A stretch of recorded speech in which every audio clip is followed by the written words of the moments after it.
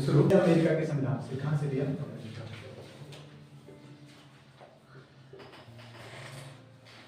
भारतीय को लिया हमने अमेरिका के संविधान से।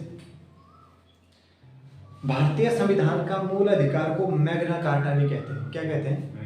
Magna carta. आपसे क्वेश्चन पूछा जाएगा कि मैग्ना कार्टा किसे कहते हैं? भाग 3 को क्या कहते हैं? मैग्ना कार्टा जो शब्द दिया गया था वो दिया गया था डॉक्टर भीमराव अंबेडकर के द्वारा। किसके द्वारा दिया गया था? B.R. अम्बेडकर के द्वारा। डॉक्टर भीमराव अंबेडकर के द्वारा मैग्ना कार्टा शब्द का नाम दिया गया। छीन सकती ना सरकार, कोई भी नहीं छीन सकता। क्या है? इन भाग 3 के जो हमें मूल अधिकार दिए गए इनको कोई भी नहीं छीन सकता है। ठीक है, अगर किसी मूल अधिकार को पूरी तरह खत्म करना है तो ये काम किसका रहेगा? संसद का काम रहेगा। ठीक है,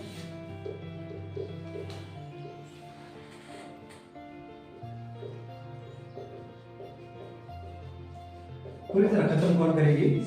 संसद करेगी। लेकिन अगर थोड़े समय के लिए रोकना है, जैसे आपातकाल लग गया। अब आपातकाल में क्या होगा कि जैसे मान लो हमारा किसी चाइना बॉर्डर में युद्ध लगना है, हमें बोलने की आजादी है, प्रेस की आजादी है ना, बस थोड़ी की रिपोर्टर वहां लेके घूमने का, देखो आंशिक रूप से रोक सकता है।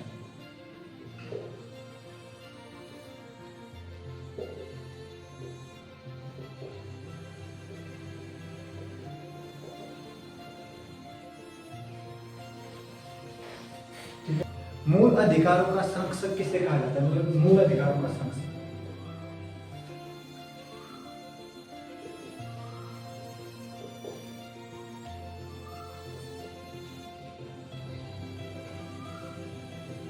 सुप्रीम कोर्ट या फिर हाई कोर्ट।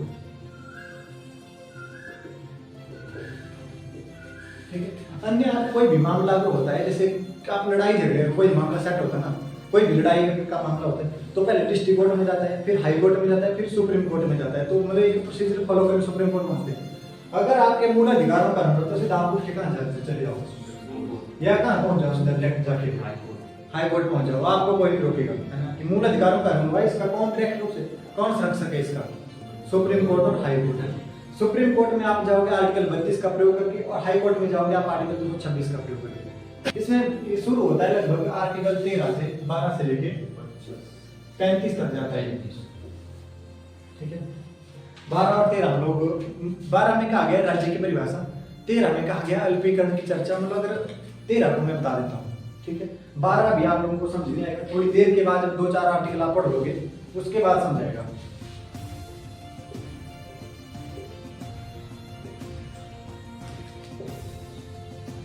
अनुच्छेद 13 में कहा गया है कि अगर संसद कोई ऐसा कानून बनाती है जो कि मूल अधिकार को प्रभावित करता हो या उनकी स्थिति को बदल रहा हो, ठीक है, मतलब जैसे अभी 14 में पढ़ेंगे हम लोग, मतलब कि भारत में विधि का शासन है और विधि बनाएगी संसद। अगर संसद ने कोई ऐसी विधि बना दी जो मतलब भेद पैदा करती हो, है ना, अमीर और गरीब में, तो सुप्रीम कोर्ट उसको क्या करेगी? रद्द कर देगी, है ना। ये आर्टिकल 13 के बारे में थोड़ा थोड़ा आगे चलेंगे तो और क्लियर होते रहेगा ना, क्योंकि पॉलिटी में चीजें रिपीट होगी और लोग विद्यार्थी हैं तो 2 चीजों का आपको ज्ञान अवश्य होना चाहिए, पॉलिटी और इतिहास का। ये महत्वपूर्ण है। बाकी उन लोगों को गणित आता होता है, साइन थीटा कॉस थीटा आता हो, नहीं आता हो, कोई बात नहीं है ना, लेकिन ये पता होना चाहिए। ठीक है, क्योंकि आपको जीवन जीने का आधार ही माना जाता है। 14 में कहा गया है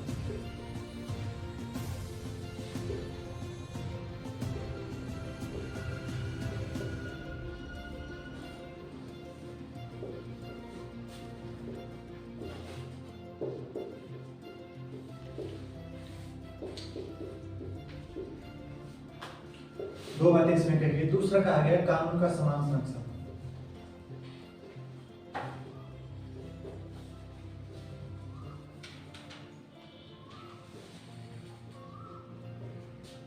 हमने पूरा मूल अधिकार माना जाता है कि कहां से लिया है? अमेरिका से लिया गया, लेकिन जो यहाँ पे कानून के समक्ष समानता है वो ली गई है ब्रिटेन के संविधान से, और जो कानून के समान संरक्षण है वो कहां से लिया गया? दोबारा अमेरिका से। कानून के समक्ष समानता को जो सबसे पहले विचार दिया था वो दिया था एबी डेसी ने।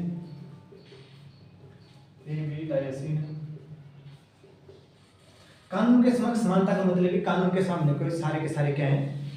बराबर है, कोई बड़ा छोटा नहीं है। ऐसा नहीं कि मतलब कानून किसी को बड़ा मानेगा किसी को छोटा मानेगा, सारे के सारे क्या हैं? बराबर है। अब कानून का समान संरक्षण का क्या मतलब है? ठीक है, कानून जो होता है सभी पर समान रूप से लागू होगा। ठीक है, अगर मैंने कोई क्राइम किया है, आपने भी वही सेम काम किया, दोनों को क्या मिलेगी? सेम सजा मिलेगी। लेकिन कुछ यहाँ पे विचार थोड़ा मतलब बताएगा। एक्चुअली में हमारे जो मूल अधिकार है वो मतलब व्यवहार के साथ बदल जाते हैं, व्यवहार और पद के साथ क्या हो जाते हैं? बदल जाते हैं। ठीक है, 3 एग्जाम्पल दोनों में आप लोग मेरे को बताएंगे कि इसमें किस पर किस प्रकार का मर्डर चले। ठीक है, एक व्यक्ति है रमेश। ठीक है, रमेश या मुकेश कोई ले लो, मुकेश ने मर्डर किया है। ठीक है, 2 व्यक्ति और राष्ट्रपति एंड राज्यपाल,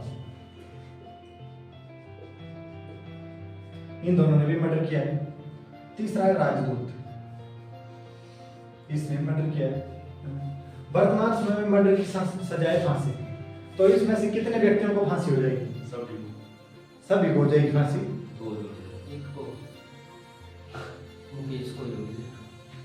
ठीक है, अब यहाँ पे आप लोग ध्यान से सुनेंगे। देखो, आम व्यक्ति के लिए मैंने भी बताया ना कि मूल अधिकार, तो हमारे जो मूल अधिकार है वो पद और समय के साथ क्या हो जाते हैं? पद और व्यवहार में क्या थोड़े बदलाव हो जाते हैं उनमें। कहा तो क्या गया है, इस कानून के सामने सारे समान हैं, लेकिन जब पद और प्रतिष्ठा की बात आएगी तो थोड़ा सा क्या हो जाता है? बदलाव हो जाता है।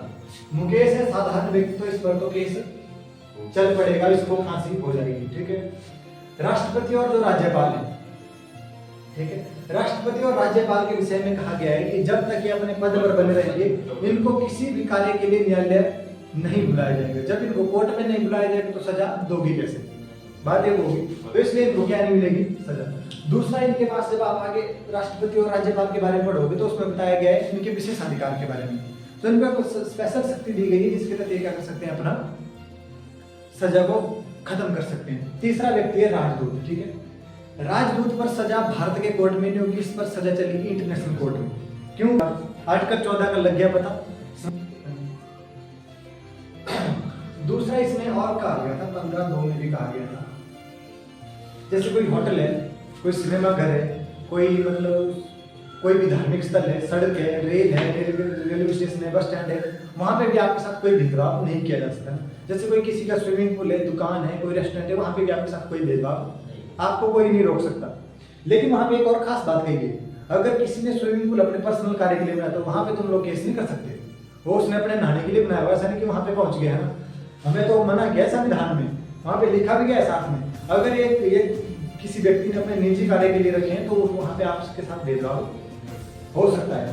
तो ये था आर्टिकल 15 के बारे में। 15(3) में भी कहा गया है, इसमें सुन लो, 15(3) में कहा गया है कि क्या होगा, जो महिलाएं राज्य के द्वारा महिला और बच्चों के उत्थान के लिए कार्य किए जाएंगे। ठीक है, यहाँ पे आप लोग लिख सकते हैं राज्य के द्वारा मैं भी लिख रहा हूँ, राज्य के द्वारा किसी नागरिक के साथ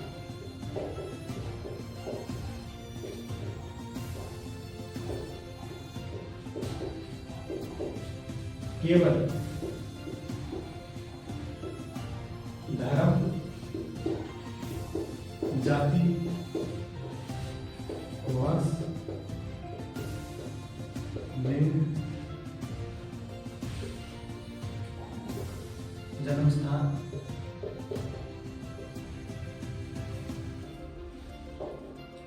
के आधार पर भेदभाव नहीं किया जाएगा।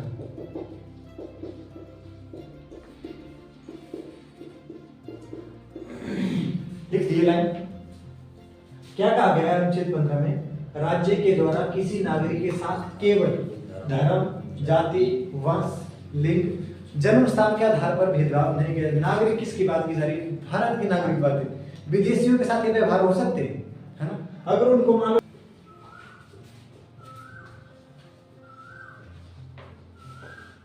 पेपर में कभी नहीं पूछी जाएगी, लेकिन आपकी जानकारी के लिए ऐसे सुनो उसको ध्यान से, गहराई से शब्दों। विधानमंडल है जो हमारे स्थानीय निकाय हैं, या मतलब जो भी हमारी जो सरकारी ढंग से चलने वाली संस्था है, किस में आएगी?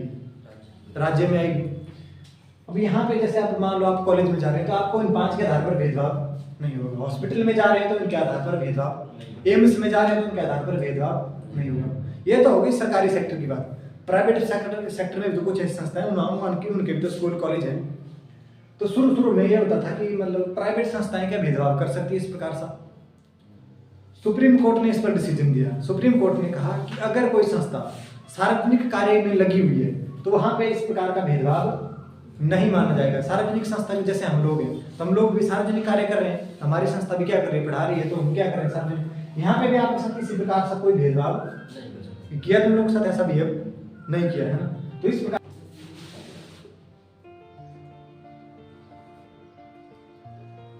अनुच्छेद 16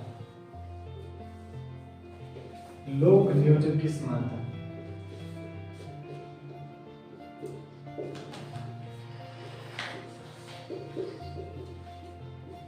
क्या है लोक नियोजन की समानता? इसका मतलब यह हो कि राज्य के द्वारा किसी भी व्यक्ति के किसी भी नागरिक के साथ उसको समान रूप से सरकारी क्षेत्र में नौकरी के लिए अवसर प्रदान किए जाएंगे। ठीक है, कठिन लोक नियोजन की समानता है कि सरकारी नौकरी सबके लिए क्या है, समान रूप से लागू रहेगी। सरकारी नौकरी के साथ कोई भेदभाव नहीं किया जाएगा। ठीक है, थोड़े समय बाद गया था कि केवल इनके साथ भेदभाव नहीं होगा। फिर भी यहाँ पे आरक्षण मिला, जन्म स्थान के आधार पर आरक्षण मिला, जाति के आधार पर आरक्षण मिला, लिंग के आधार पर आरक्षण मिला है ना। अभी आजकल महिलाएं देखो 1 रुपया फीस लगती है इनकी, पूरा फ्री मामला है ना। फॉर्म भी सारे भरेगी, पढ़ेगी भी नहीं, फिर भी सबसे ज्यादा यही होगी है ना। लड़का बेचारा मेहनत भी करेगा, पढ़ेगा भी है ना, फिर भी मतलब है ना हजारों रुपए फीस है ना। अभी कल परसों कोई एग्जाम आया था, उसमें 1100 रुपए फीस है ना। पोस्ट है उसमें कुल मिला के 12 है। क्या भरेगा उसमें, वो क्या करेगा है ना। मतलब सरकारी नौकरी सबके लिए समान रूप से लागू रहेगी, किसी के साथ भेदभाव नहीं होगा। लेकिन समय बदला है ना, समय बदलने के साथ इसमें थोड़ी सी आरक्षण की चर्चा कर दी गई। इसी आर्टिकल में आरक्षण की विरोध क्यों होता है, पहले मैं मेरे अपने विचार हैं, इस पर आप सहमत हो भी सकते हैं, नहीं भी हो सकते हैं। ठीक है, एग्जाम के लिए इतने महत्वपूर्ण लोक नियोजन की समानता किसमें लिखी हुई है, इसमें लिखी गई। प्रश्न जाएंगे मैं बता दूंगा, लेकिन यहाँ पे डिस्कस होगी तो उसमें बता देता हूँ आरक्षण का विरोध क्यों होता है। पहले तो ये समानता के खिलाफ हो जाता है, क्योंकि अगर आरक्षण हो रहा तो फिर समानता कहीं ना कहीं गायब होगी। दूसरा ये कुशलता के खिलाफ हो जाता है। कुशलता का मतलब ऐसे समझो आप लोग, जैसे मान लो 10 सीटें हैं, ठीक है, 10 सीटों में अगर आप ओपन रखेंगे तो 10 सीटों में आपको अच्छे मतलब कैंडिडेट मिलेंगे। लेकिन आरक्षण से आपने दो सीटें रिजर्व कर दी, तो 2 सीटों में तो उन्हीं को रखना पड़ेगा जो रिजर्व है। अब वो जो वहां से मान लो 10 लोग जो रिजेक्ट हुए, वो 10 अच्छे हैं, वो 2 बुरे हैं, लेकिन 10 की वैल्यू नहीं लगेंगे, कौन ये 2 लगेंगे। तो कुशलता पर कहीं ना कहीं प्रभाव हो गया। मतलब जो व्यक्ति जिसकी संख्या मान लो समाज में कम है, अगर वहां पे आरक्षण नहीं देंगे तो उनका तो फिर कहीं प्रतिनिधित्व हो नहीं पाएगा, वो तो फिर हमेशा ही पिछड़े रह जाएंगे। तो उनकी बात को भी मतलब प्रॉपर तरीके से उठाया जाए, उसके लिए क्या जोड़ा हम लोगों ने, आरक्षण जोड़ा। ठीक है, तो ये बड़ा विवाद होता है आरक्षण के बाद। जैसे कुछ लोग देखते हैं आप लोग है ना, फिर भी मतलब पिछड़े हैं लेकिन फिर भी क्या है, संपन्न लोग हैं, तो फिर उसके लिए क्या करेंगे। सुप्रीम कोर्ट ने इसके लिए 2 लेयर बनाई, एक बनाई नॉन क्रीमी लेयर और दूसरी नई क्रीमी लेयर है।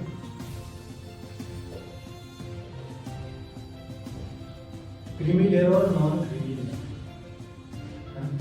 क्रीमी लेयर का मतलब है कि जो पिछड़े हैं लेकिन क्या है, संपन्न है, उनको थोड़ा कम आरक्षण मिलता है, और जो पिछड़े में भी पिछड़े हैं उनको थोड़ा क्या मिलता है, ज्यादा आरक्षण मिलता है। ये किस में डाला गया, क्रीमी और नॉन क्रीमी लेयर में डाला गया। ठीक है, इंदिरा गांधी केस में सुप्रीम कोर्ट ने कहा था कि आरक्षण की सीमा कितनी होनी चाहिए, 50%। मतलब कोई भी अगर आपने आरक्षण करना है तो कितना % करो, 50% करो। ठीक है, चल रहा था आरक्षण, ठीक है। होता क्या था आरक्षण है ना, जो यहाँ पे एससी का आरक्षण था वो था 7.5% और एसटी का आरक्षण था 15%। ठीक है, और बाद में ओबीसी का आरक्षण जोड़ा गया, हो गया 27%। ये टोटल कुल मिला के हो जाता है 49%।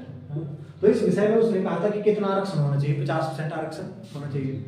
सुप्रीम कोर्ट ने कहा था कि अगर 50% से ज्यादा आरक्षण हो रहा है तो मतलब ये तो भेदभाव हो जाएगा। मोदी सरकार आई, मोदी सरकार ने ईडब्ल्यूएस का 10% और जोड़ दिया, है ना। अब आरक्षण कितना हो गया, अब सुप्रीम कोर्ट ने अपनी स्टेटमेंट बदल दी। सुप्रीम कोर्ट ने कहा कि अब कितना होना चाहिए, ये भी केंद्र सरकार में लिखा गया है ना। राज्य सरकार में तो हाल कई राज्यों में तो आरक्षण 80% तक हो चुका है, कई राज्यों में तो ये हाल भी है 80% आरक्षण है। वो मतलब 100 सीटें तो 80 तो रिजर्व भी है। केंद्र सरकार में पहले कितना था, 50। ईडब्ल्यूएस का जोड़ के कितना हो गया, 10 में से 6 सीटें रिजर्व हो जाएगी कभी कभी, है ना। और ये आरक्षण किस हिसाब से मिलेगा, तो जिनकी संख्या जिस हिसाब से उतनी है ना, ये आरक्षण क्यों दिया गया इतना ज़्यादा, ये दिया गया उस हिसाब से कि क्या है, मतलब समाज में जिनका जितनी संख्या है, जैसे नॉर्मल लोगों की संख्या, जैसे जनरल लोगों की संख्या ज्यादा है तो उनको आरक्षण फिर भी क्या है 40% अलग हो गया ना, उनके लिए 40 अलग है। एससी का आरक्षण थोड़ा कम है क्योंकि इनकी संख्या कम है, एसटी थोड़ा 15% है, ओबीसी थोड़ा ज्यादा है तो उनके लिए 27% रखा हुआ है। अब ईडब्ल्यूएस में 10% है, ईडब्ल्यूएस में कहा कि 10% आरक्षण मिलेगा सभी सरकारी संस्थाओं में। 103वां संविधान संशोधन इसके लिए लगाया गया था, 103वां संशोधन, ये भी पूछा जा सकता है, ठीक है। ईडब्ल्यूएस का आरक्षण के लिए कौन सा संविधान संशोधन लाया गया, 103वां संशोधन लाया गया, ठीक है। अब ये तो थी सारी, मतलब इसका मतलब एक निचोड़ क्या निकलेगा, ठीक है। आरक्षण धर्म पर नहीं मिलेगा, किस पर नहीं मिलेगा, धर्म पर नहीं मिलेगा, मिलेगा किस पर, सिर्फ जाति पर मिल जाएगा, जन्म स्थान पर मिल जाएगा। कोई जैसे बैकवर्ड एरिया का लोग है, जैसे कोई लाभ वगैरह में रह रहा है तो उसके लिए स्कूल वगैरह कम है वहाँ पे, तो फिर कैसे पढ़ेगा, तो उसके लिए जन्म स्थान और लिंग के आधार पर भी मिल जाएगा। महिलाओं को क्या मिल जाएगा, जैसे महिलाओं की कुछ सीटें क्या कर दी जाती है, रिजर्व कर दी जाती है। तो ये था इसका अस्पृश्यता का अंत।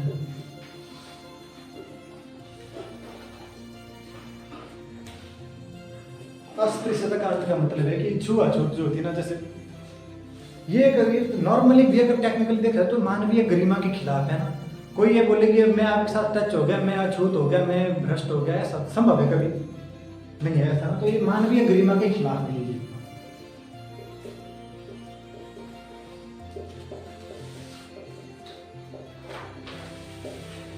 क्या है, मानवीय गरिमा के खिलाफ, ठीक है। जब भारत आजाद हुआ तो उसमें लोग कम पढ़े लिखे, तो उसमें बहुत ज्यादा प्रचलन था इसके बारे में। अब इंडिया अगर आप बचपन में देखोगे तो बचपन में भी था ये ना, लेकिन अब जैसे जैसे समय बढ़ रहा है, एजुकेशन बढ़ रही है, तो इस पर थोड़ा क्या हो रहा है, कम हो रहा है, मतलब अब आजकल तो लगभग खत्म हो चुका है। गरिमा के क्या है, मानवीय गरिमा के खिलाफ ये पहले इसके लिए सबसे पहले जो कानून बना वो बना 1955 में, इसे कहते हैं मतलब कि निवारक, जैसे नागरिक अधिनियम कहते हैं उसे, है ना। 1955 में कानून बना इसके खिलाफ, है ना, और 1989 में इस कानून को पूरी तरह सख्त कर दिया। अब तो छुआछूत मानी नहीं जाएगी, 89 के बाद क्या गया, बिल्कुल सख्त कर दिया कानून की, अब तो करेंगे तो मतलब सीधा 2 साल तक जेल की सजा है अगर आपने कुछ ऐसा कर दिया। खास बात पता क्या है इसके बारे में, अन्य मामलों में अगर कोई आप अपराध करते हो, किसी ने आपके खिलाफ कोई एफआईआर की, पुलिस सबूत देगी कि इसने ये किया, पुलिस के पास सबूत क्या है कि इसने किया। अस्पृश्यता के मामले में आपको खुद सबूत देना पड़ेगा कि मैंने ये नहीं किया है। खास बात ये है इसकी, ये किसने कहा गया है, अनुच्छेद 17 में कहा गया है। ऐसा नहीं कि हर बार मतलब है ना, कोरोना हुआ है और हाथ मिला रहे हैं सब साथ जाके, वो मेरे उसने मिलाने से मना कर दिया, केस कर दिया जाके, है ना, सर ये तो मेरे साथ अस्पृश्यता हो रही है, मेरे साथ भेदभाव किया जा रहा है ना, सब पूरे समाज को मार दोगे, ऐसा नहीं करना है। गंभीर बीमारी की स्थिति में आपके साथ ये वाला भेदभाव हो सकता है ना। कई गंभीर बीमारी होती है इसमें जो टच होने से दूसरों को फैल जाती है, तो वैसी बीमारी में आप लोगों के साथ भेदभाव हो सकता है ना, ऐसा है उपाधियों का अर्थ।